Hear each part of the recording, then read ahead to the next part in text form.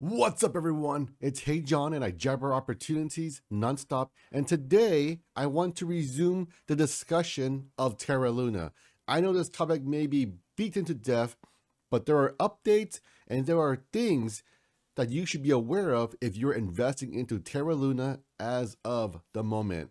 Now, I do understand the folks who bought at the top. Well, chances are your money is evaporated. But for the folks who are just joining us in the Terra Luna DGen play of 2022, well, fortunes are still to be made, and there is lots of interesting news that could potentially sway your trade in the direction depending on the mindset you have. Do you have the fearful, the uncertain, or the doubtful mindset? Are you a half empty type of glass or a half full type of glass? Well, this will determine your position in the trade. And there is no wrong or right answer, but we have to be aware of what's going on. And ladies and gentlemen, leave me a comment down below of what you think about this stablecoin. This is literally the only stablecoin I can think of for the past 10, 20, however many years you want to think about. It's always been the same price. I've never seen it fluctuate in my lifetime. Have you? Now we're talking about Terra Luna, and if we go on the topic of accountability, who is really accountable for Terra Luna? Now, I do understand folks are saying, hey, it's a Ponzi, it's a rug pull, it's this and that. Well, I would say that is a very lazy approach to the analysis of Terra Luna and UST. It was very transparent from the beginning. Everything is out in the wild for you to research and understand what's going on. But the problem is that most people, well, they don't do their own due diligence, and that's fine. And they go, I'm gonna buy some, and then it goes to zero, and then, oh, it's a rug pull, it's a scam. I would make the argument and say, hey, you know what? Would you say BlackBerry was a scam or a Ponzi? I would say these are experiments that became failures. I want to touch on the topic of failure because in order to have failure, you must have success. One cannot exist without the other. Just like you can be a successful person, but you cannot be the very definition, the very embodiment of success. Because if you are the very definition of success, then you can lose it all and become a failure, but you can be a successful person. Now, I want you to ponder on that for a moment. Now, we're seeing CZ, the Binance chair, they're coming out and they're talking about accountability. So we can see CZ Binance saying, hey, you know what? I did not participate in the second round of Luna funding, but Binance Lab did invest $3 million USD in Terra, the layer 0 blockchain, in 2018. Binance Labs invested in hundreds of projects over the last 4 years, including exchange competitors and many competing blockchains. In this regard, I would like to see more transparency from them, much more, including specific on-chain transaction TXIDs of all the funds. Relying on third-party analysis is not sufficient or accurate. This is the first thing that should have happened. Now we're seeing CZ of Binance asking the hard questions. Hey, where are the actual transactions?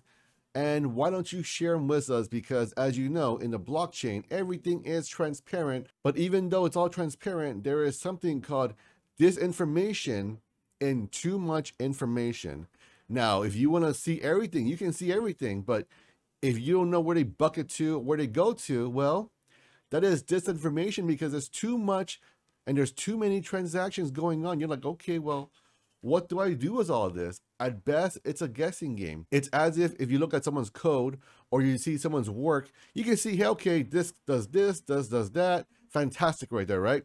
You can see where things work, where things go, but you will never be able to determine intent unless you speak with the individuals who created such task or created such product.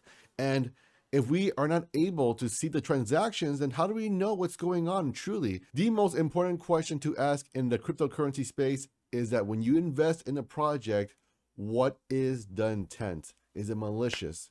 Is it positive? Is it negative? What is it?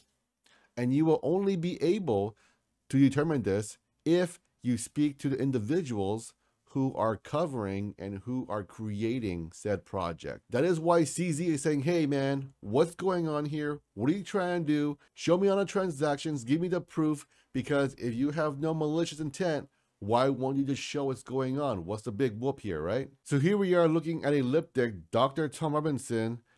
They have determined the on-chain analysis, and that is fantastic. You can see here, folks, 28,000 BTC went to Binance, and about 30 plus 22, 52,000 BTC went to Gemini. So I've shown you guys the movement of BTC of where it went to, 28K to Binance, 52 to Gemini.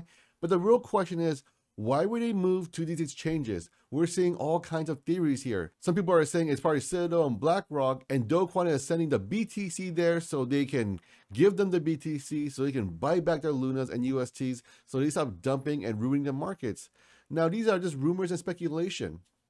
Now we're seeing another rumor saying, hey, you know what? These BTCs, they were supposed to be traded over the counter. So the real question is, why doesn't the LFG, the Terra Luna group, why don't they just come out and say, hey, you know what, guys, we're trying to do X, Y, and Z. And here are the transactions, and this is what's going on. So I want to play devil's advocate, and I want to explain to you guys here that, hey, you know what?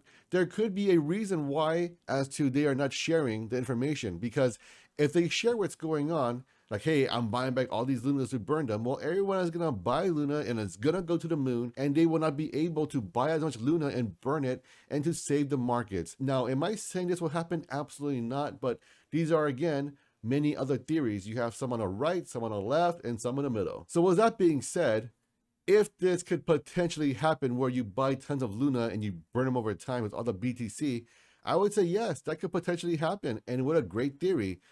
Just like any of the other theories, they're all great, but again, they're all theories.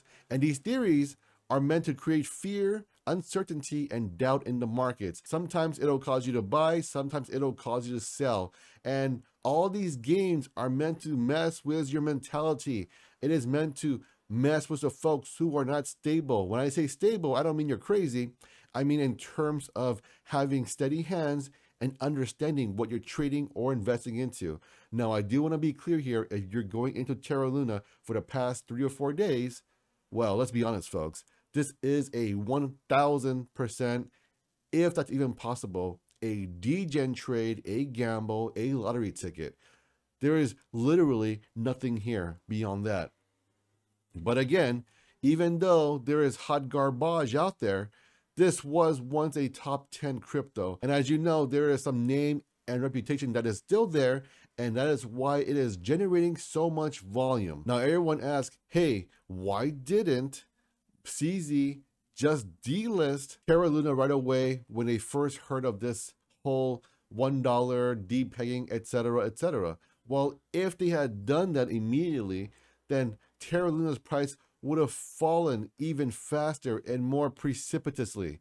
The reason why, in my opinion, is because they were trying to help the market stabilize and let Terra Luna do what it does. Now, you do not want Binance to step in every single time to change everything up, because then they become a market controller opposed to an exchange where, hey, you know what, it's a free market, do what you want, I just collect fees.